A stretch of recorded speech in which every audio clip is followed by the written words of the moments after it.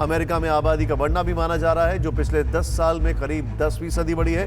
लेकिन इसमें एक सबसे बड़ी वजह यह है कि इस बार अमेरिका में बहुत ज्यादा वोटिंग हुई है, जिसने सारे रिकॉर्ड तोड़ दिए हैं, और ये रिकॉर्ड टूटे हैं मेल इन बैलेट से भी, तो इसे भी दरकिरार नहीं किया जा सकता। बहरहाल अमेरिका के इतिहास में पहली बार वोटों को लेकर सबसे बड़ी जंग छिड़ी है। काउंटिंग के दौरान वहां आरोप प्रत्यारोप, प्रदर्शन, हिंसा सब हो रहा है। यहां तक कहा जा रहा है कि हार से बौखलाए ट्रंप दंगा कराने की फिराक में है।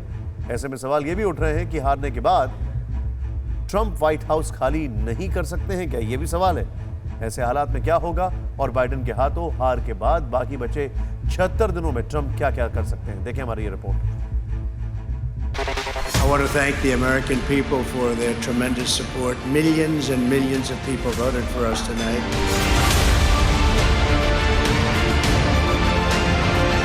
Let's go to court. And all of a sudden everything just stopped. This is a fraud on the American public.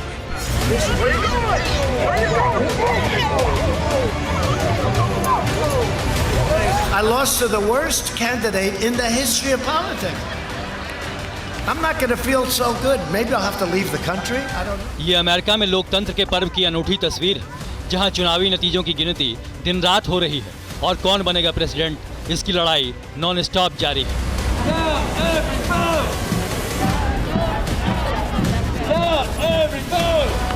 देखिए, न्यूयॉर्क की सड़कों पर ये डेमोक्रेटिक पार्टी के समर्थक हैं जो कह रहे हैं कि एक एक वोट की गिनती होनी चाहिए, यानी सुपर पावर अमेरिका में एक एक वोट की जंग जारी है।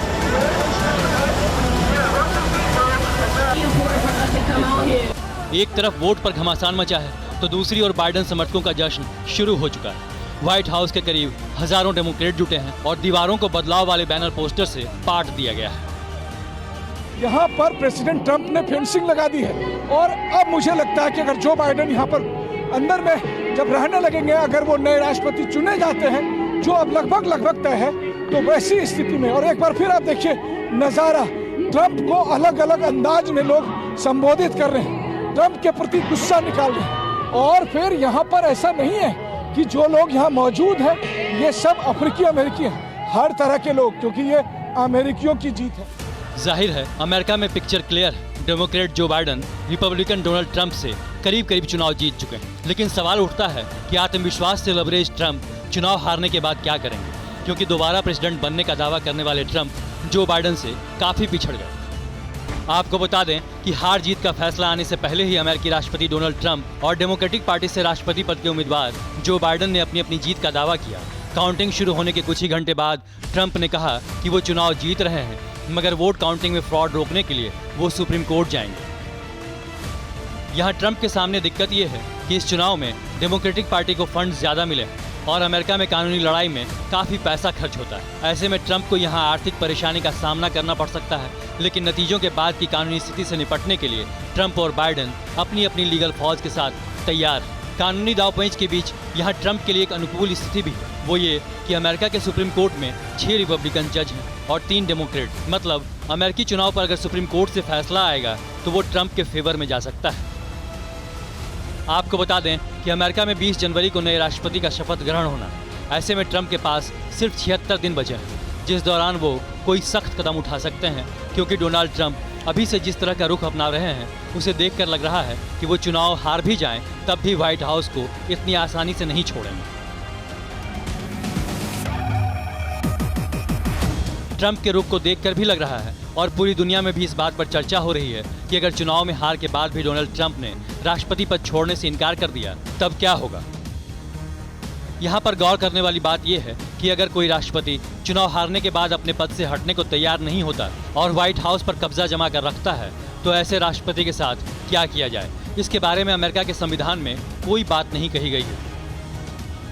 लेकिन ऐसी स्थिति पैदा होने पर अमेरिका के सीक्रेट सर्विस की भूमिका अहम हो जाती है, क्योंकि नवनिर्वाचित राष्ट्रपति को संभवतः उस व्यक्ति को परिसर से निकालने के लिए सीक्रेट सर्विस को निर्देश देने की शक्ति होती है। यानी अगर ट्रंप व्हाइट हाउस को खाली ना करने की जिद पर अड़े रहेंगे तो हो सकता है कि उन्हें सीक्रेट सर्विस की सख्ती झेलनी पड़ सकती है। इन सब के बीच चुनावी सभाओं में कही गई ट्रंप की एक और बात चारों तरफ फैल रही है। चुनाव प्रचार के दौरान कई बार ट्रंप कह चुके थे कि अगर वो चुनाव हार जाते हैं तो शायद उनके लिए अमेरिका छोड़ने की नौबत आ सकती है। मतलब 76 दिन शेष है और ट्रंप तमाम विकल्पों पर गौर कर रहे हैं। अदालत का दरवाजा तक खटखटा चुके हैं। अब देखना होगा कि आने वाले दिनों में ट्रंप की सख्ती बरकरार रहती है या फिर वो हार स्वीकारने के साथ अपने व्यवहार में भी लचीलापन लाएंगे। Let's go to court. And all of a sudden, everything just stopped. I want to thank the American people for their tremendous support. Millions and millions of people. धुआं धुआं सा ये शहर क्यों दिखता है, सुना है बाजार में धुएं का सामान बिकता है।